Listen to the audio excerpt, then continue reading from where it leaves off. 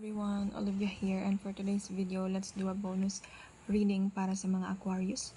So if you have Aquarius Sun, Moon, Rising, or Ascendant, even in Saturn placements, heavy placement sa iyong natal charts, birth charts, this video might be for you. What's a bonus reading? Guidance, messages for you Aquarius this time.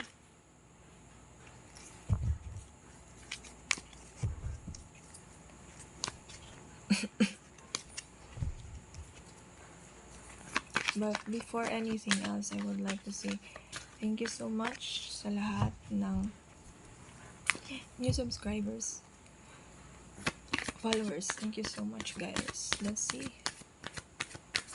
what's the messages for you here. Again, this is for Aquarius bonus reading for you. Don't forget to subscribe and follow para mas maging updated pa sa iba't ibang readings. We have 7 of Pentacles. Exercise mo daw ang pasensya mo.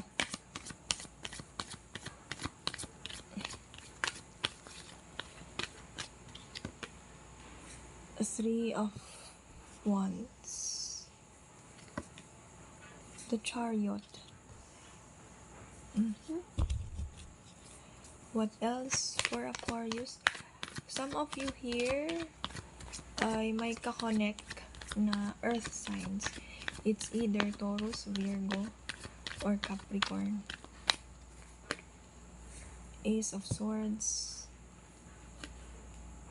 Queen of Swords. Exercise mo daw ang iyong pasensya and communicate clearly kung ano man yung mga plano mo sa buhay. Makipag-usap ka. Maging mas open ka sa mga ideas, sa mga suggestions, opinions ng mga gusto mong gawin sa buhay, especially if this is related sa iyong career. Or for some of you here, there is an energy of clarity here. I heard bonus. Pwedeng dahil sa iyong pasensya, mas lalago yung perang pinaghihirapan mo, which is magbibigay ng iba't ibang bonus for you. Hard work mo ay may reward. Another set for you Aquarius. For some of you here, if you are asking for a freedom for your creativity, you have to start now. You have to take actions sa kung ano man yung gusto mong gawin or i-create, kumbaga. Pero baunin mo din ng maigi ang pasensya mo.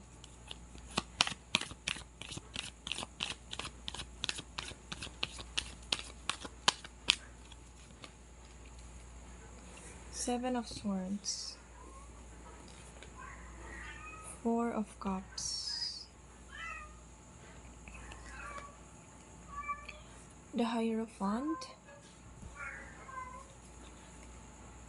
Ten of Cups, and the Devil.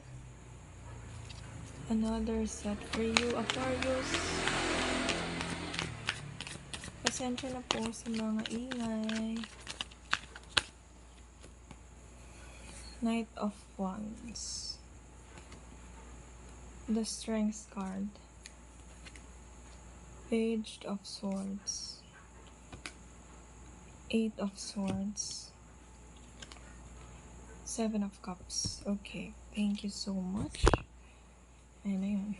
For some of you here naman, meron akong nakikita sa love aspects. Maging mas gentle sa pananalita, sa pakikitungo. Regardless kung ano ang mood natin, except na lang if may nagawa tayo or si partner na kasalanan.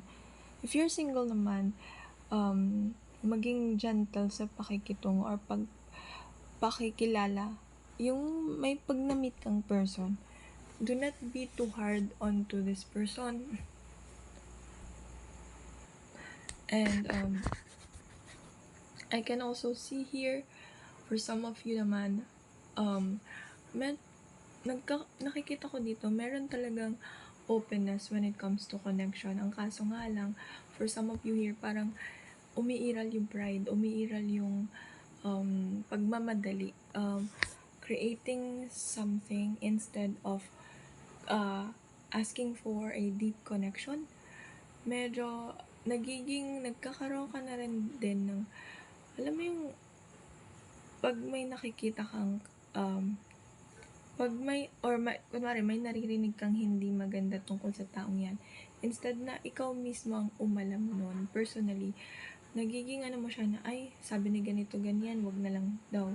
So, hindi mo na pinagpapatuloy without knowing if totoo ba yung narinig mo or naririnig mo. For some of you here naman, there is a picture of a happy family here, a recognition, but there is this certain attachment na nangyayari sa family na parang merong mga issues na hindi masyadong nabibigyan ng linaw, hindi masyadong nare-resolve.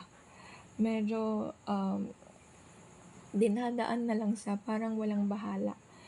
There is a lack of accountability here for some of you here. And ayun nga, wag masyadong magpabulag sa illusion, wag masyadong magpabulag sa galit. Instead, for others of you, instead na komprontahin or pag-usapan ng issues, nagbubulag-bulagan, hinahayaan, and it may result into something na pagkakagulo. So, find clarity to create peace. So, this is your reading, Aquarius. If ever naka-resonate ka, leave some comments in our comment section. Don't forget to subscribe and follow for more. And thank you so much.